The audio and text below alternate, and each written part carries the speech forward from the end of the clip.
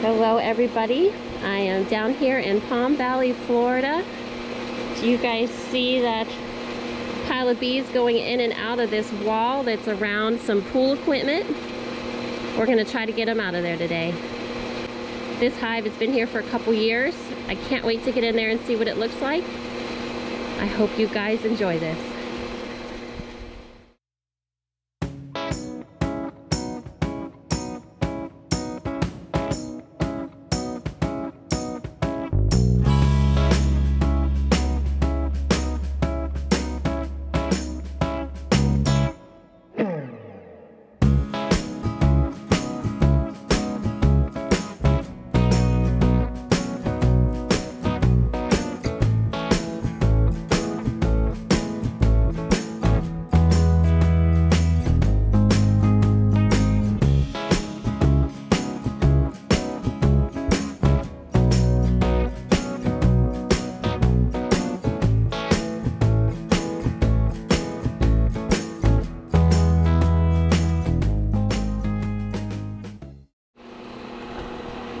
Alright you guys, we got into this wall to expose the whole hive and it is massive.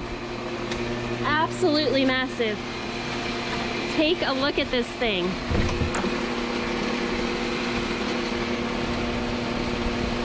Huge hive. I'll get you up close too. Look at this thing.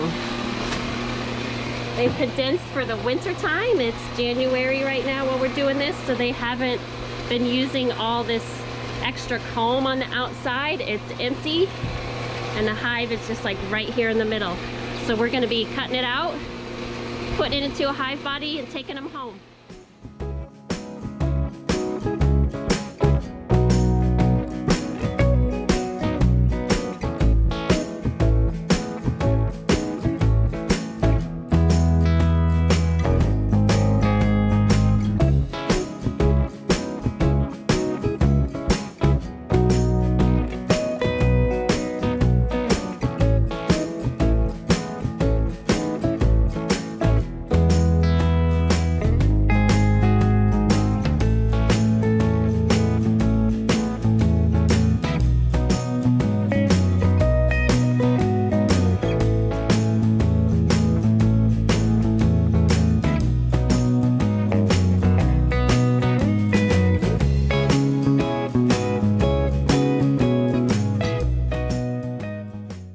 Alright guys, I just wanted to come on here for a little bit and tell you what I'm doing and a little bit about the bee vacuum that I'm about to use in a couple seconds here.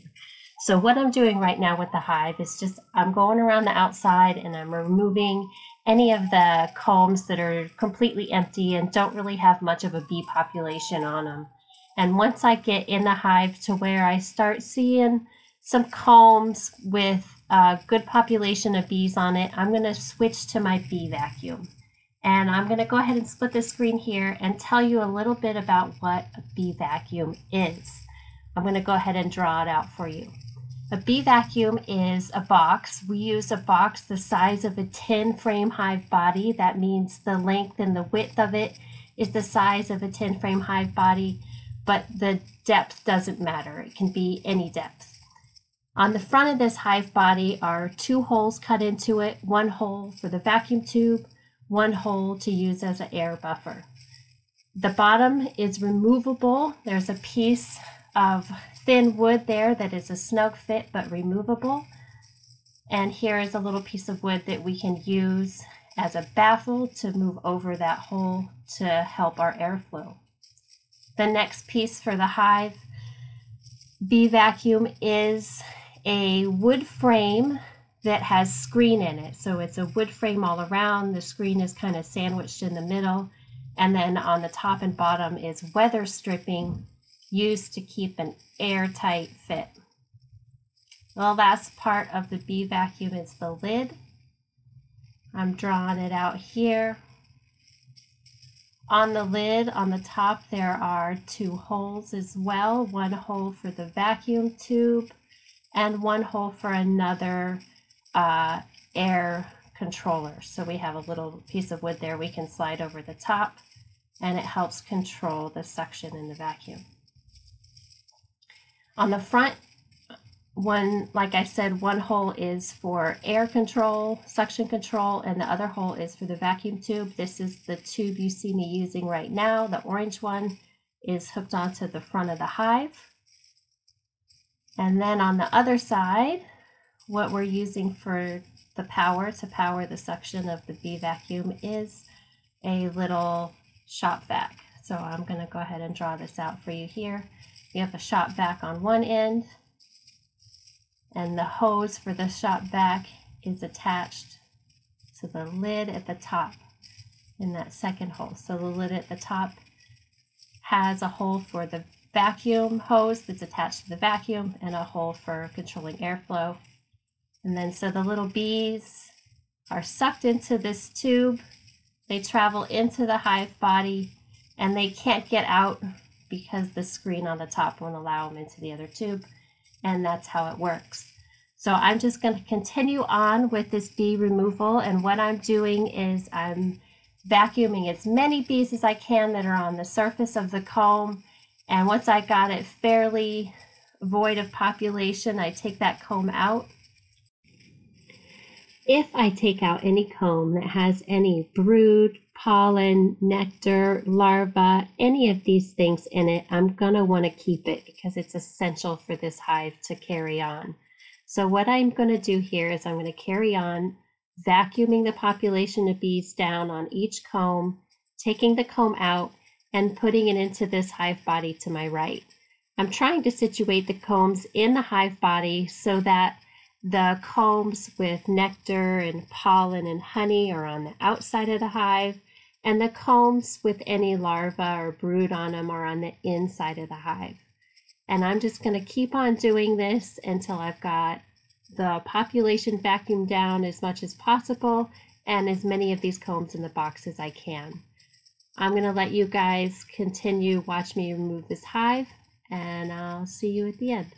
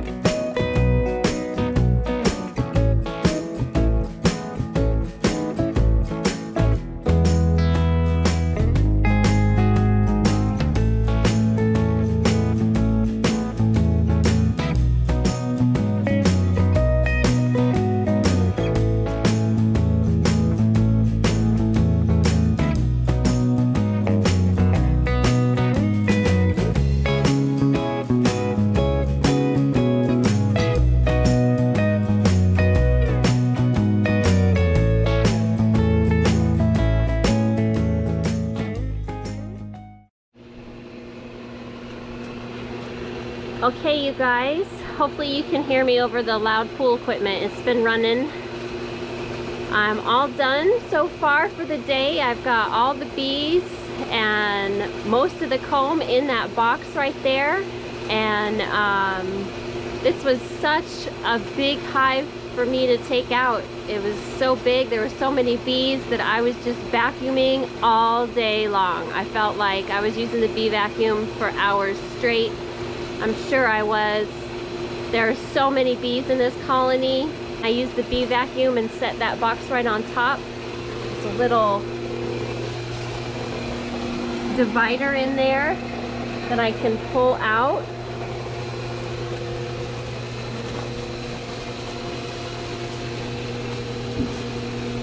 So I can pull this little divider out and it lets the bees from the top box down into where their combs are that I rubber banded into frames.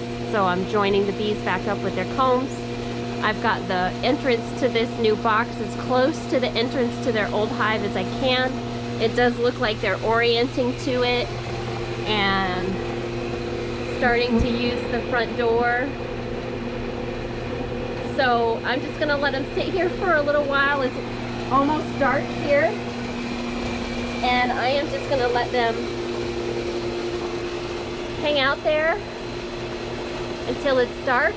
And then I'm gonna come close them up and take them home. What a great day. It was just warm enough to do this today. They were fairly cranky, so I did have to wear my jacket. I took quite a few stings, but it was a good day anyway.